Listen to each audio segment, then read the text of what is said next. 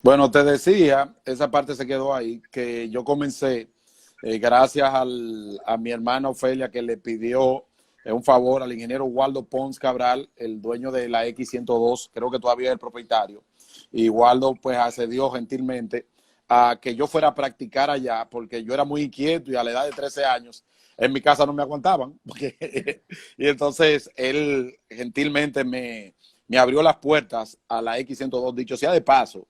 Yo quiero que tú sepas que la edad en ese momento, bueno, pero un niño de 13 años bregando con música, gracias a Dios, él me lo permitió porque ahí comenzó mi carrera. Tuve el primer contacto con Teo Veras, que fue mi tutor, fue mi inspiración. Y quiero que sepas que, por ejemplo, yo era el bebé. Después de eso, yo trabajé con Teo hasta mi paso definitivo a la televisión, en lo que fue la 91, Radio Central, cuando en la misma Radio Universal, y ya yo iba como convirtiéndome en un hombrecito hasta poder cambiar yo mismo los cheques míos, porque en ese momento, como tú comprenderás, más que un trabajo no podía hacer porque yo era menor, no era un trabajo, nada que se le pareciera, pero era la gran oportunidad como para un muchacho que estaba huérfano de padre y era tan inquieto que fuera conociendo al mundo de lo que él quería hacer. Yo recuerdo que Doña Pura, que fue la primera esposa del señor Teo Veras, yo le digo mamá Pura, Doña Pura, porque yo era el bebé junto a Carlos Almanzar, Carlos José Rosario, Santos Peralta. En esa época yo me daba el lujo de hacer algunas travesuras y ella, como toda una madre, me apoyaba y de qué manera. O sea, Teo decía, bueno, hasta hoy Ildefonso aquí, pero ya yo con edad o sea, de trabajar, 17, 18 años, hasta hoy Ildefonso aquí. Y ella decía, no, al bebé trátalo más suave. Y cuando... Pero ven acá, explícame una cosa. ¿Es pre-AP o post-AP? Porque tú dices que tú eres un menor No, todavía, es como en el interín, es como en en el el interín, o interino, sea, en el medio. el pre-AP fue la X, sí, que te dije que 13 años de edad, ¿tú entiendes? O sea, pero yo Sí. con 13 años de edad era del mismo tamaño que tú me ves, con menos libras, con unos bigotes grandísimos, pero era, en una ocasión yo fui a un cine y era una película que se requería, era PG, o sea, Parent Guide. Y yo recuerdo que con las personas que yo fui, le pidieron la cédula y a mí me dejaron entrar. O yo era muy viejo o estaba muy acabado. ¿Tú entiendes? ¿Cuánto tú mides? ¿Cuánto es tu estatura? 6'2", de estatura. 6'2". Ok. 6'2" de ¿Y estatura conseguiste y esa 200. estatura a qué edad? Yo pienso que ya con 13 años, yo tenía 6 pies ya con 13 años, que fue Increíble. un Un desperdicio. desperdicio Cogí el en tamaño voleibol. cogí el tamaño para cambiar bombillo. No, lo que pasa es que precisamente yo pienso que, y esto quizás es una reflexión que hago pensando para mí mismo. Mira, es difícil cuando uno comienza a tener necesidades, que uno comienza a ganar algún tipo de dinero, poderlo compartir con el trabajo con el deporte. O tú tienes que decidirte, o eres deportista o eres trabajador. O sea, por eso es que cuando tú ves esos deportistas que se esfuerzan para ser deportistas y dar lo mejor de ellos, es que tú dices, bueno, pero a este muchacho hay que darle todo el apoyo para que se dedique por completo a eso, porque esa es la otra parte. La otra parte, ellos se olvidan de la parte económica, pasan muchísimos problemas, muchísimo trabajo, pero se empeñan en darse bueno en la disciplina que eligen, y eso es loable, eso hay que mantenerlo, eso hay que así mismo, o sea, destacarlo. Esa es la palabra, ¿tú entiendes? Ok, entras en radio, en la X, luego pasa Sí. a donde Teo, Sí. sigue por ahí hasta llegar a donde queremos. Sí, entonces de ahí, tú sabes que como Waldo Pons en esa época también era dueño de Telesistema, yo le dije, bueno, pero yo puedo aprender televisión también. Ahí aprendí a Ah, no, editar, pero ahí aprendí a hacer cámara. En aquella época, yo recuerdo que era, la tecnología era muy atrasada, había que tener Flickr y cosas de esas, que eran unos cartones como tipo LP, que ahí se pasaban los comerciales y todo eso. Entonces, un día, el don Juan Nova Ramírez fue a grabar un anuncio. Yo era el encargado de grabaciones del estudio de Teo Vera, de ahí los problemitas. Hasta hoy, Delfonso, aquí, porque yo llegaba a la universidad, hacía lo que tenía que hacer, y entonces me iba, y en una ocasión yo eh, no hice un anuncio, creo que fue, o sea, no lo musicalicé. Entonces él se molestó muchísimo. Y bueno, hasta aquí Ildefonso. Entonces ya yo estaba haciendo algunos pininos con Nova Ramírez en lo que era mi casa, Telemicro. Y de ahí Nova Ramírez me abrió las puertas de Telemicro, que dicho sea de paso, mi gran casa, en gran medida todo lo que yo soy. Ellos me apoyaron y nada, o sea, me abrieron las puertas hasta llegar hasta donde estamos, que yo no creo que haya caminado mucho, pero tengo que ser agradecido y honesto. O sea, el señor Gómez Díaz para mí me dio un trato siempre amable, afable, como si fuera un padre para mí. Y eso yo tengo que decirlo y agradecerlo, porque toda la locura que yo hacía, él me la apoyaba. Y imagínate, ahí está. O sea, eso uno no lo pero puede, eso es así. profesionalmente creciste ahí también, Definitivamente, profesionalmente. todo, sí, definitivamente. Muy Ahí agradecido. entonces te dedicas 100% a la televisión, ahí, A ya. la televisión, exacto, sí, ahí a la televisión hacemos de todo, hacemos programas de deportes, hacemos programas de variedades, hacemos show, espectáculos y cosas de esas. Y fue mi gran escuela, definitivamente, y mi gran casa. De ahí seguimos avanzando y hemos creído que podemos hacer otras cosas. Y entramos a los Tigres del Licey hace 16 años, 17 años. Pero antes de eso, estuvimos con los Leones del Escogido, unos 6 o 7 años con el Escogido, y de ahí entonces pasamos a los Tigres del Licey.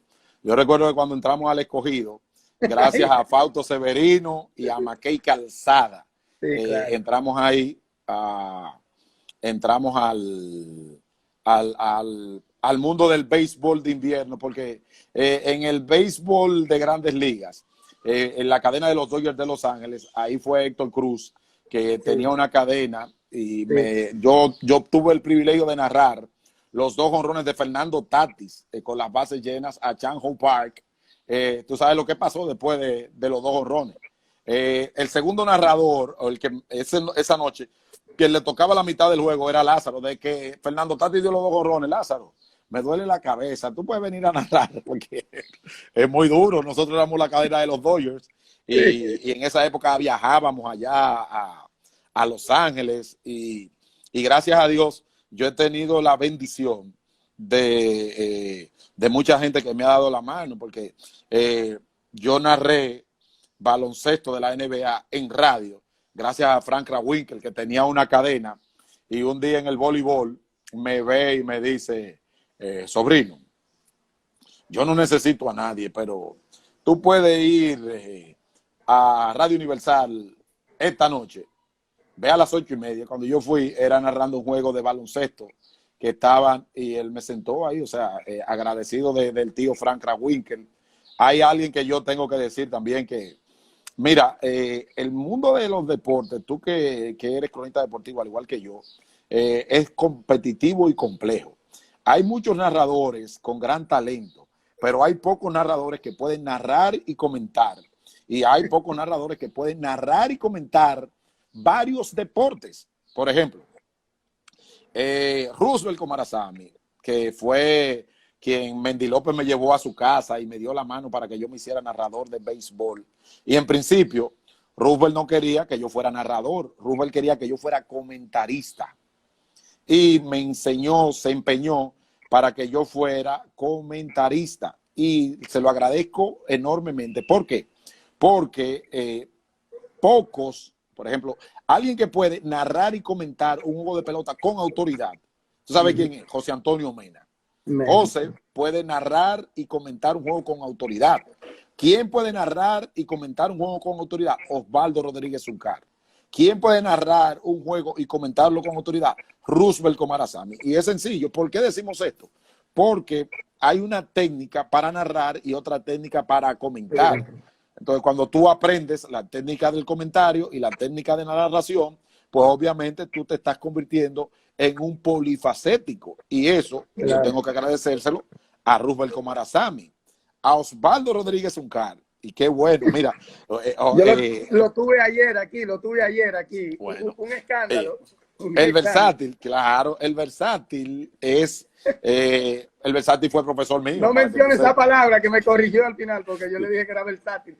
Y dijo, no. Es completo. Así, cuando jugábamos baloncesto, él decía, oh mi Dios, el más completo. Metía una cocinita de ahí abajo que Rolando lo dejaba meter. Pero, mira, y es verdad esa leyenda de Rolando Guante, el demonio. Cogía sí, ¿quién? ¿Que codiaba en los tableros? No, que tomaba los rebotes así. Los rebotes. Sí, no. Y gritaba, y Rolando cogía los rebotes y lo gritaba. ¡Ah! Sí, era un demonio en los tableros, había que tener cuidado con él. Cuando él decía, voy para arriba, hasta Choco se le quitaba ahí al lado. ¿Y tú eres un maco jugando, Red? Porque tú no sí, porque tú sabes que lo de maco depende si te pasan la pelota o no. Entonces tú sabes que en esas ligas nosotros bueno, a los macos nunca le pasan la pelota. Y somos pistoleros. Somos pistoleros. Si tú te embrujas y coges el rebote, tienes que pasarlo adelante, porque hay siempre un palomeo. Por ejemplo, Manolo Chevalier Manolo era grande, pero Manolo no se metía a buscar los rebotes, Manolo estaba allá para tirar. Pero, por ejemplo, yo te decía de Osvaldo Rodríguez Zuncar, que Osvaldo me enseñó a mí a narrar voleibol, para que tú sepas, o sea, lo agradezco. Que tú haces baloncesto, voleibol y béisbol. Y béisbol, sí. Gracias a Osvaldo Rodríguez Zuncar, que me enseñó a narrar voleibol. Yo recuerdo aquella famosa época de el Mirador, que nos sentábamos en las gradas a teorizar y de qué manera, y después RG se iba para el periódico a escribir, la bomba de Bameso no era de jabón. Y yo, ya te imaginas, uno de los titulares que me marcó a mí. Entonces, sí, esa es la parte exacta en donde la gente tiene que, como decir, valorar lo que son los narradores, los comentaristas y sobre todo nunca perder la oportunidad de poder agradecer públicamente a ese grupo, a alguien que también yo tengo que agradecerle y es porque me ha enseñado que hay que morir con corazón, es a RG. RG siempre está ahí y siempre está, yo lo dije corrigiendo siempre, está enseñando a uno. Sí. No digas ahorita en una conversación tuve una cacofonía con él, creo que fue, pero sin embargo, así yo venía manejando por el zoológico, venía ahí y dije, pero sin embargo, mira, en tu entrevista no digas esto, ¿viste? No, sí, eso es así, nosotros sufrimos mucho decir, pero sin embargo, eso es así. No, pero fue una conversación informal, evidentemente. Informal, yo venía manejando y todo. Sí. Pero como buen profesor tú dices, no, pero como buen profesor tú le dices, pero eso es informal, sí, pero así mismo lo dice después. Sí, es verdad, yo creo que sí, que es verdad. Sí, probablemente se me escapa ya en una entrevista y es verdad, así que eso hay que agradecerlo. Entonces, Red, tú ya has dicho que también trabajaste el voleibol, pero me imagino que en el béisbol fue que tú iniciaste como comentarista o narrador. En el béisbol, claro, en el béisbol. En la cadena de los Dodgers. Sí, no, en la cadena La Grande de Roosevelt Comarazami, que me llevó Arismendi López Quintero. ¿Tú sabes quién es ese? Sí, Mendy López. Bueno, Mendy. Tú le dices a Arismendi y dice, ahorres el Aris. Sí, te dice, ahorres el Aris. Entonces, Mendy me llevó de la mano a la casa de Roosevelt y yo tuve el privilegio de que Roosevelt, Roosevelt un maestro de maestros y sobre todo una persona familiar, muy amable, muy afable. Roosevelt dijo, bueno, este muchacho, vamos a cargarnos ahí de Alfonso. Y yo recuerdo que eran noches interminables en el Emperador y en el Yulisa. Y él sabe a qué yo me refiero, Roosevelt. No, Y me no decía, comience. oye, me Mira, decía, pero usted se va a hacer un hombre hoy, camine. por Sí. lo visto, tú tuviste grandes maestros, mencionaste a Héctor J. Cruz, mencionaste a Osvaldo en voleibol, mencionaste a Don Roosevelt, mucha Sí. gente, y Alfonso. Y ni hablar de alguien que, ¿sabe cómo yo le digo? Papá Leo Corporán, o sea, Leo Corporán. Leo Corporán en el balón. ¿Cómo yo empiezo narrando baloncesto de superior del Distrito Nacional? Gracias al Mauricio Báez, gracias a Leo Corporán por una situación que pasó con uno de los narradores, y él me dijo, ven, narra tú. Y yo, ¿cómo es? Ven, narra tú. Y ese día el Mauricio Báez ha ganado por un tiro desesperado ya estaba la línea de 3 de Domingo Rosario, El Jordan pero dominicano. desesperado, y Leo estaba detrás de mí cuando yo me paré, dije, y me miró y me dijo, ganamos por ti. Digo, pero yo no tiré, yo no. Y de ahí en adelante Sí, no me claro, tú detuve. también estaba en la Lidova cuando inició Claro, con los sí, sí, sí, constituyentes, claro. dice Manuel Reyes. Sí, Sí, de San no, Cristóbal. sí, y yo recuerdo, así mismo es, en la Lidova yo era constituyente, gracias a mi amigo Nelson Guillén, que Ildefonso, ven para acá, que yo necesito un narrador aquí en la Lidova, pero tú sabes que los múltiples compromisos me impidieron a mí continuar con el mundo ese del baloncesto en la Sí. Lidova, inclusive Tú ahora en hiciste la... una última incursión en la NLB recientemente, Exactamente, como en sí, 2014, gracias. por ahí, 2013. Me llamaron, sí, junto a Osvaldo Rodríguez Uncarno, hicieron el llamado y fuimos, pero ya en ese momento incursionamos, creo que solo un año, Mira, porque y se nos Delfonso, complicaba, sí, escúchame, entró tu biógrafo oficial, Pablo Luis sí, Santana, y dice que en Panteras, el primer año de Lido. sí, también, así Ese mismo es es, tu sí, biógrafo ese. con el profesor Aybar, sí, tú sabes, entonces fueron 3 años, pues yo duré 2 años con los constituyentes y uno con Pantera, que dicho sea de paso, con el profesor Aybar, Sí. y con Nelson, oye, yo quiero decirlo de esa forma, cuánto respeto, cuánto cariño, cuánto sacrificio, y sobre todo el profesor Aybar, cuánta consideración, y Nelson, yo discutía con los refuerzos, ven acá, y ese refuerzo, pero oye, pero discutido, y ellos nunca, inclusive a veces hasta con palabras de cortés, y ellos siempre me respetaron, siempre me distinguieron, y qué bueno también que Pablo Luis dijo eso, porque con eso yo puedo también agradecerle a ellos. Hay mucha gente, exacto, que uno tiene que darle las gracias y de eso se trata. En la vida tú tienes que Claro, claro, reconocer a quién y cuándo. Eso es así. claro. Y Delfonso, a propósito de que en un medio se ve y en otro se escucha, ¿qué es menos difícil? ¿Narrar y o comentar un juego de baloncesto o narrar y o comentar un juego de béisbol en televisión? En televisión y en radio, evidentemente. Bueno, en televisión, yo pienso que en televisión es más fácil narrar que en radio. En radio, cualquiera de los dos, tanto baloncesto como béisbol, tú Sí. tienes necesariamente, sí, tú tienes necesariamente que ambientar al público, pero describir todo lo que está pasando. Tú tienes que, por ejemplo, en el baloncesto, tú cada vez que metan 2 puntos, tú tienes que decir, luego está tanto a tanto, ganando fulano y quedan tanto. Y yo he escuchado la mayoría de las veces cuando voy en radio que a veces duran mucho como para poder decir eso. Y es una crítica constructiva, nada que ver. O sea, y yo, por mi experiencia como narrador, inclusive el 7, que Dios lo tenga en gloria, Amén, amén. venía en una ocasión, que recuerdo yo que estaba jugando Mauricio Báez, creo que era con Arroyo Hondo, y él venía escuchando el juego porque detrás él iba a transmitir con San Carlos, que él trabajaba con San Carlos, él y Osvaldo narraban San Carlos detrás, y era un domingo en la tarde, y él llegó donde mí y me dijo, oye, pero por poco tú me haces chocar. Le digo, ¿qué pasó?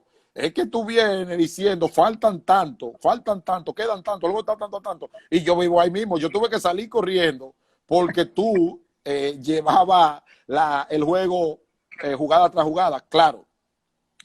Para tú poder narrar un juego de baloncesto o de béisbol, tú tienes que tener conocimiento del juego. Pero para tú comentarlo, tú tienes que tener no solamente conocimiento del juego, no solamente conocimiento de las reglas, también tienes que ir delante en el juego. No es decir, bueno, este hombre se ponchó con una recta que estaba por el centro. No. Más adelante va a enfrentar un derecho. Por eso se levantó el derecho fulano de tal en el bullpen, porque si llega el turno de Satoshi que batea a la derecha, le van a traer el derecho porque no le van a dejar ese zurdo con un hombre en circulación. Esas son cosas que el comentarista tiene que ir delante en el juego. El narrador, obviamente, describe lo que ve, pero tiene que ambientarlo. Tú tienes que llevar al oyente al estadio. Señor, el estadio está a toda capacidad, el público está del lado derecho, está gritando de ovación, del lado izquierdo están sufriendo porque los Leones le están ganando a los Tigres en la parte de abajo de la novena entrada, viene al bate fulano de tal, un hombre que el blues, o sea, son muchos detalles que tú tienes que recrearlo. Tú sabes quién es para mí uno que lo hace para mí a la perfección de los jóvenes en la narración por radio. El pequeño de los Leones. El pequeño es más grande que yo. Melvin, una estrella. Melvin es una estrella, Melvin es una estrella. Él lo recrea muy bien. Entonces, el pequeño de tamaño. Entonces, la diferencia es mucha. En televisión es mucho más fácil porque en televisión tú no tienes que ir strike por strike, bola por bola, sino que la gente está viendo la acción y tú lo que haces es que lo complementa con algún tipo de narración si es necesario o con un comentario. En la televisión es más comentar que narrar. Entonces, ahí hay una diferencia porque si tú te pones a narrar como tú narras en televisión, pues obviamente vas a cometer un pleonasmo con la imagen. Así ahorita dice Rolando, como un pleonasmo. Mira, en términos de influencia, ¿de quiénes o de quién recibiste influencias tanto en la narración, en los comentarios del baloncesto, como en el béisbol? ¿Quién era tu norte? Yo quiero ser como él. Sí. Es así que ese timbre de voz y todo esto, cuéntame de eso. Bueno, miramos las cosas. Yo dije que Rubel me enseñó lo que es la narración de béisbol, pero en el baloncesto del Distrito Nacional, yo quería ser como Fran Paonesa, como Fran Paonesa. ¿Y tú sabes a quién yo le caí atrás? A Gelo Tueni. Gelo Tueni para mí era, oye, era como por el timbre de voz de Gelo, como lo hacía, como lo narraba. Yo quería ser como Fran Paonesa o como Gelo en el baloncesto del Distrito Nacional. Sin embargo, en el béisbol, yo tengo una marcada influencia de Roosevelt Comarazami y de Arimendi López Quintero. O sea, yo tengo como en mis inicios, una combinación de Roosevelt y de Mendy. Me marcaron de forma tal que yo intentaba, o sea, todavía hay frases que yo la digo y yo le digo, eso es de mi papá, pero eso es mío. Él me lo dio a mí y Rubén lo que hace es que se ríe. ¿Se entiende? Mira, para dejar a un lado el tema de comunicación, de periodismo deportivo, y vámonos a la actualidad porque hay muchas preguntas todavía del béisbol de invierno y todo esto. ¿Por qué ahora las nuevas generaciones se están especializando un poquito más? O sea, no es como antes. Por ejemplo, tú mencionaste a Gelo Tueni, pero Gelo también te hacía pelota. Yo vi por ahí un video de Iván Mieses donde el que estaba narrando era don Tomás Troncoso en baloncesto, pero don Tomás es una gloria en béisbol. Y así, mucha gente que hacía béisbol también hacía baloncesto. Te menciono a ti, te menciono a quién, a Osvaldo Rodríguez Uncar, por ejemplo. Pero ahora existen, pero no es la generalidad como antes. ¿A qué tú atribuyes ese fenómeno?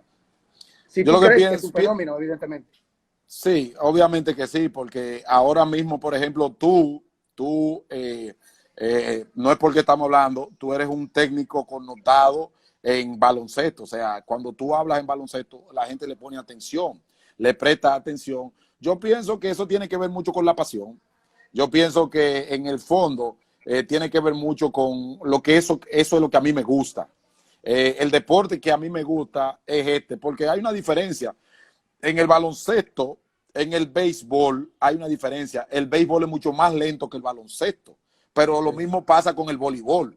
Lo mismo pasa, Gelo Tueni, excelente narrador de carrera de caballos, para que tú tengas una idea. También, sí. Sí, y en esa época había un mundo deportivo en donde transmitían golf, transmitían automovilismo, béisbol, baloncesto, o sea, y era como un grupo que lo hacía y ellos tenían obviamente que especializarse en todo eso, ¿tú entiendes? O sea, tenían que transmitir de todo para mantener el programa, pero lo hacían con una profesionalidad y con un gran peso, o sea, tú escuchabas, tú aprendías de lo que ellos hablaban. Mira, hoy no tenemos a Ernesto Jerez entre la audiencia. Él y Guante son los supervisores, son los productores del live. Entonces, hoy tengo a Héctor J. Cruz, que me dio una entrevista memorable, me encantó, por lo directo que es muy directo, muy honesto. Muy honesto, de verdad, y así es que deben ser todos los seres humanos. Entonces, Héctor, me voy a salir de guión concebido. Pregunta, bueno, tú lo estás viendo, de que quién es tu líder político en la actualidad. Yo soy apolítico. Es un editorio deportivo, yo tengo que hacer esa pregunta. Esto es jefe aquí en este live. Claro. Yo ese mundo no lo conozco, yo no exploro ese tipo de mundo. ¿Qué? Yo no. ¿No te política? No participo en nada de eso. Mira, Rick, en lo personal a mí me da mucha satisfacción hablar de producción de televisión.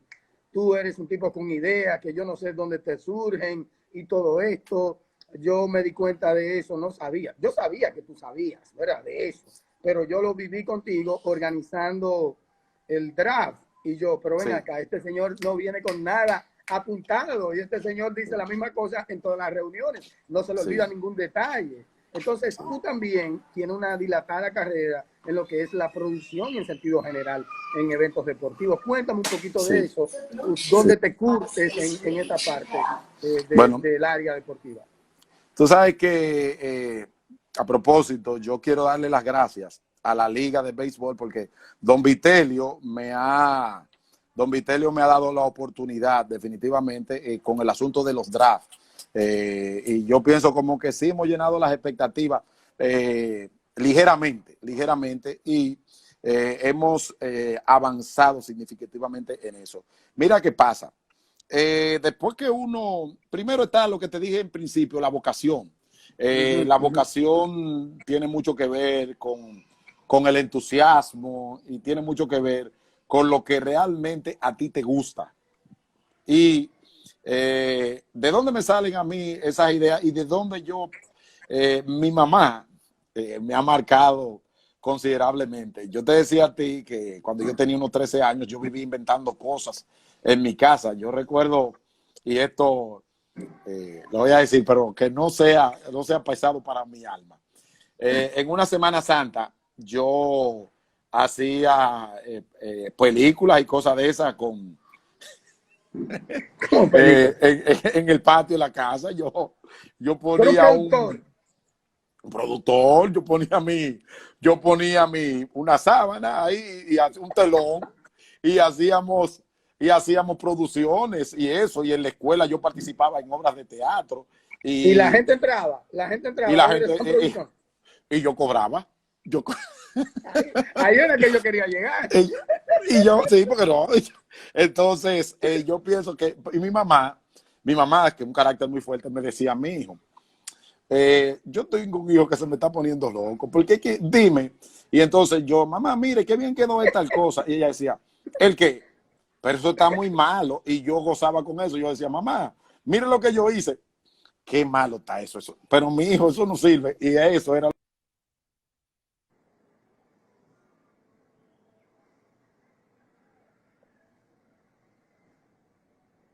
Bueno, otra vez aparentemente tenemos problemita con Ildefonso. ¿Qué cosa? Sí, de ahí, yo pienso que de ahí nacía yo pienso que de ahí nació el entusiasmo.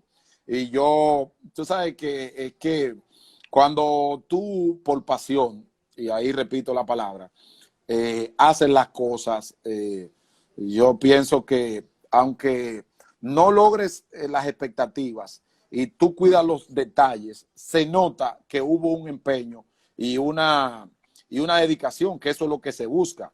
Además, después que uno es un viejo, hay trucos que aprende.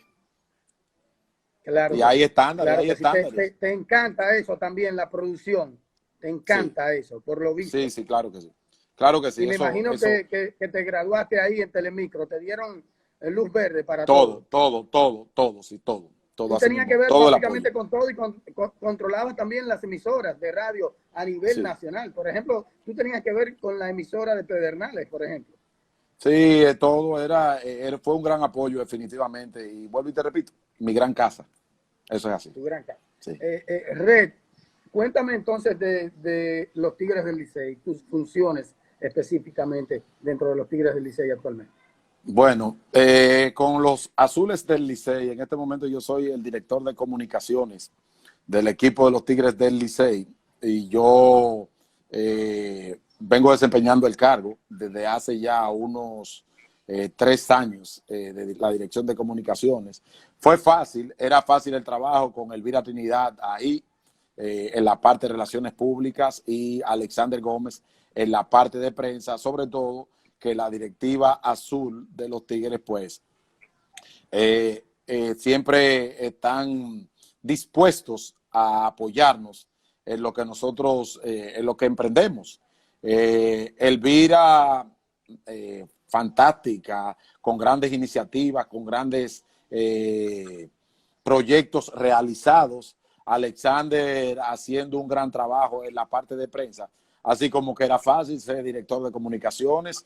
Entonces, el canal de televisión, corriéndolo, nosotros hemos hecho trabajos específicos para el canal de los Tigres del Licey, lo mantenemos en el aire el año entero, hacemos documentales, no solamente repetimos partidos, sino que también intentamos llenar el cometido, parte de la programación, con informaciones, con documentales, pero informaciones de sus jugadores, historia de cómo parte del juego, de la pelota, del bate, de los guantes, del Estadio Quisqueya. Hacemos programas especiales con nuestros jugadores, en fin. La comunicación en sentido general y está en la parte de las redes. La parte de las redes están ahí. Tú ves que nosotros en este momento nos estamos moviendo mucho con las redes como todo el mundo. O sea, el Licey ha ido evolucionando al mundo digital porque hacia allá va el mundo y ahí va también los Tigres del Licey. La entidad de más de 110 años no se va a quedar atrás, muy por el contrario. Nosotros como Tigres del Licey transmitimos en HD todos los partidos. O sea, es un esfuerzo que se hace constantemente para que la fanaticada del béisbol en sentido general, no la fanaticada de los Tigres del Licey solamente, sino la fanaticada del béisbol en sentido general, pues puedan tener respuesta y puedan tener un canal un canal de difusión de béisbol a través del canal de los Tigres del Licey. Ahí está Alexander Gómez también en sintonía y Héctor sigue mandando trabucazos ahí, pero yo me voy a hacer el chivo loco porque yo quiero que tú termines esta entrevista conmigo. Por ahí dijo Rolando Guante, dije que tú eres uno de los reyes del pique. Yo lo voy a Lo vi, ahí, sí. La gente no, yo lo vi. Sí, yo lo vi. Sí, yo lo vi, pero está bien. O sea, lo que él tiene que mencionar es quiénes son los otros dos. Porque hay un rey, un vicerrey, y me sacaron a mí. Tú entrevistaste uno en estos días. Sí, bueno, ayer. No, yo no sé. Ajá. A mí, me va a preguntar a mí. No. Mira, nunca estuviste en periódico. Siempre has sido ahora mismo sí, eso te voy a decir. Yo recuerda que te hablé de Héctor Cruz y me quedé corto con lo de Héctor.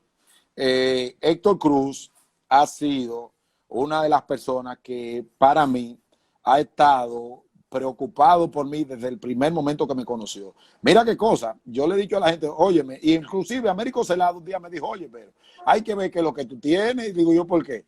Leo Corporán y Héctor Cruz son locos contigo. Frank Krawinkel es loco contigo. O sea, mencionó un grupo de gente que yo decía, bueno, pero ¿y qué? Yo no entiendo. Entonces, Héctor Cruz me dio la oportunidad de escribir en última hora. Ya desapareció última hora. Yo recuerdo que Héctor Cruz en su columna no salía los sábados. Y yo le interné, Héctor, yo quiero escribir. Me dice, pero no hay espacio donde tú vas a escribir. Le dijo, la columna tuya tú no la haces los sábados. Y me cedió esta página para yo aprender a escribir. Porque si tú me preguntas a mí qué parte del periodismo me apasiona, yo te puedo decir que el que menos se paga. ¿Y cuál es el que menos se paga? El escrito. Es el periodismo que a mí me apasiona.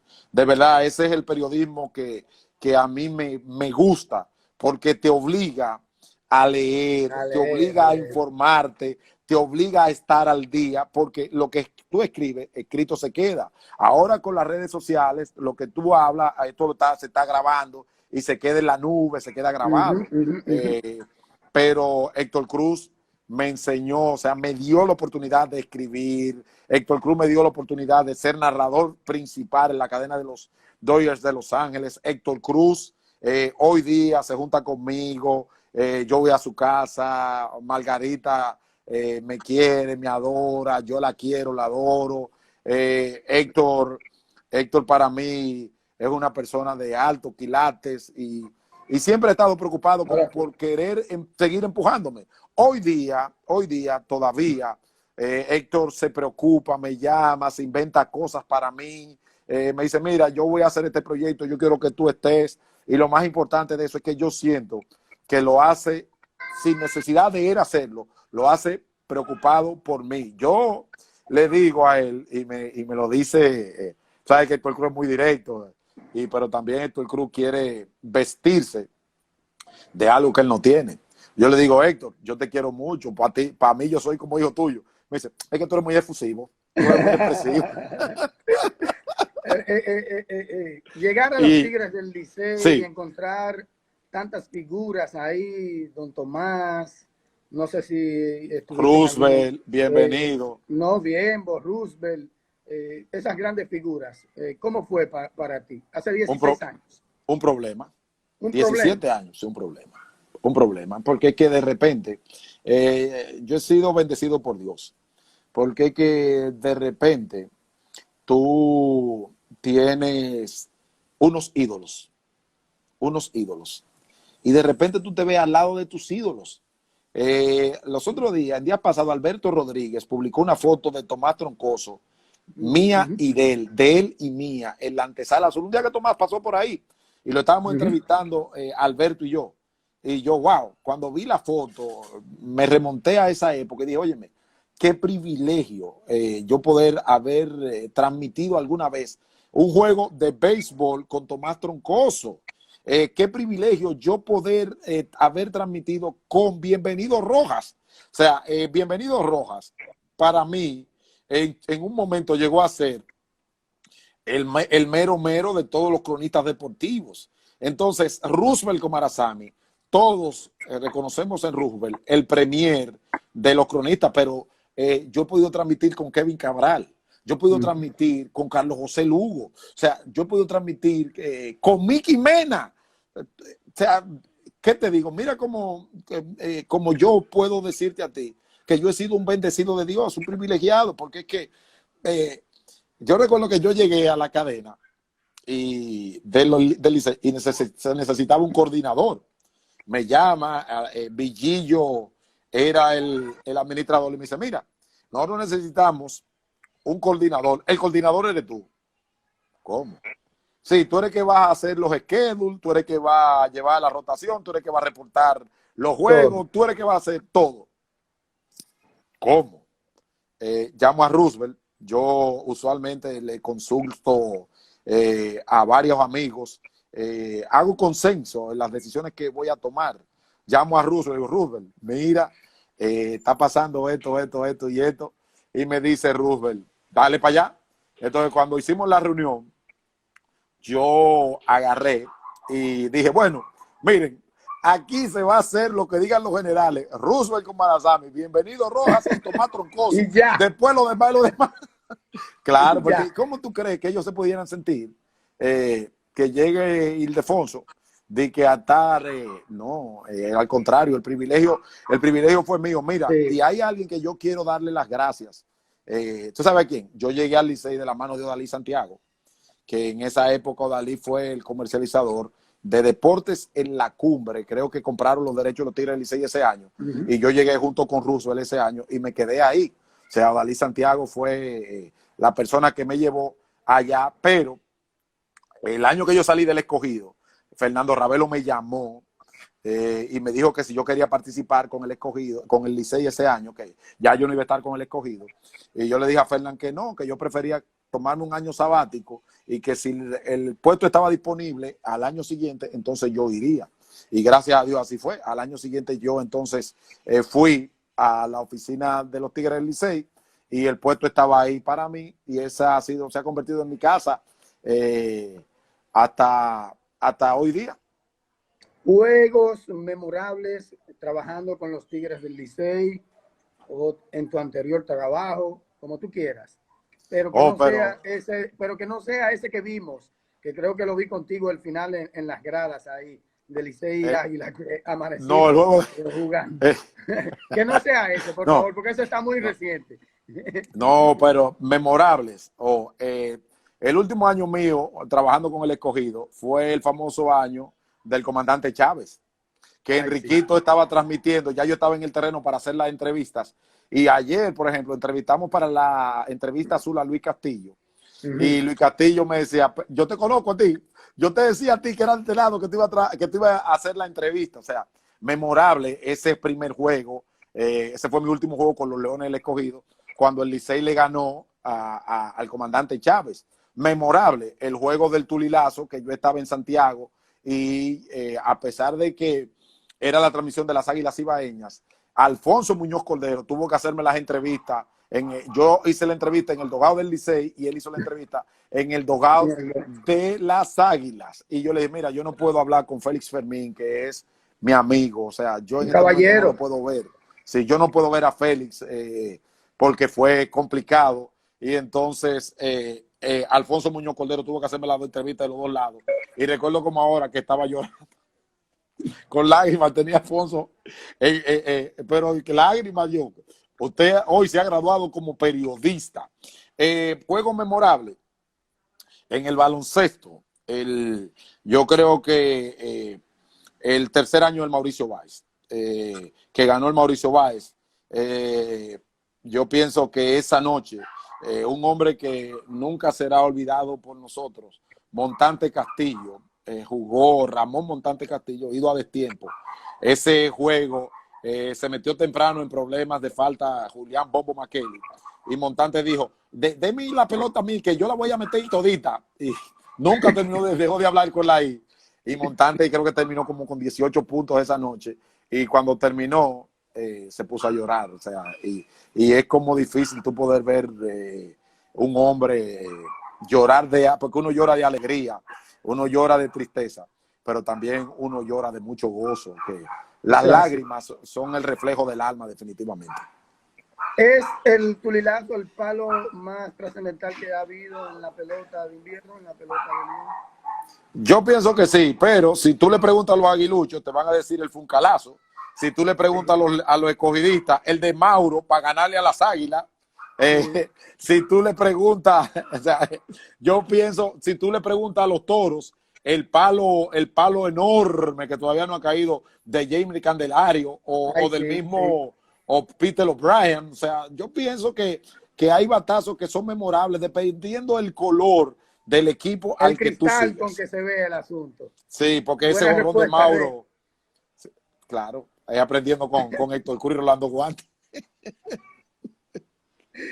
Mira, y nosotros siempre hablamos de Diloné, porque cada vez que yo hago la pregunta a mis invitados, siempre sale ese nombre. Todo el mundo se va con Diloné como el mejor pelotero en la historia del béisbol. Yo no te voy a preguntar eso, probablemente tú tengas otro, pero tú viste jugar a Diloné, ¿tú lo recuerdas? Sí, claro. En esa época yo era fanático y tenía que ir a Bleacher, no tenía para pagar a Bleacher. a Bleacher, yo tenía que ir a Bleacher, pero yo te voy a decir una cosa, yo vi jugar mucho a Diloné y vi jugar poco a Felipe Alou, pero Diloné era el dueño del play por la velocidad, pero Felipe Alou lo hacía todo, o sea, yo creo que vi un año o dos a Felipe, un año creo que lo vi jugar nada más, y yo pienso que Felipe Alou no está muy lejos de ahí. O sea, Felipe fue un hombre que cuando le daba la pelota, definitivamente, tú sabías que iba a tumbar un blow allá atrás cuando pegara allá en la pared del center field. Entonces, sí, Miguel Diloné, como el dueño del play, definitivamente, pero Felipe Alou también no está muy lejos de ser el dueño del play. A mí me llama mucho la atención Felipe Alou. ¿Cuál es el pelotero más carismático que tú has visto pasar por la pelota invernal dominicana? El más carismático. Dominicana, sí. No importa si sea norteamericano o venezolano, boricua, dominicano, el más carismático para ti. Es una buena. Tú sabes que yo no había pensado eso. Yo pienso que son muchos, son varios. Mencióname tres, si quieres que ayudo. Si Luis Castillo, uno de los más carismáticos. Sí, Luis Castillo. Luis Castillo le decía a los jugadores, oye, si ustedes no van a jugar duro, no jueguen. O sea, porque ¿de qué hablamos? ¿De jugadores carismáticos con el público o de jugadores que eran bujía con el equipo en ese momento? Con el público. Yo no estoy hablando de líderes. Ni de no, el más carismático de todos, para mí, tiene que ser, si no es José Lima, tiene que ser Luis Polonia. Uno de ellos dos. Es que Polonia te mueve el estadio. Sí. Pero Lima era el tipo que te decía a ti, haciendo la antesala. Bueno, amigos, estamos aquí en la antesala del Licey. Y él pasaba, ellos entraban por el lugar del escogido. Y él me pasaba por ahí y me decía, y tú no me vas a entrevistar.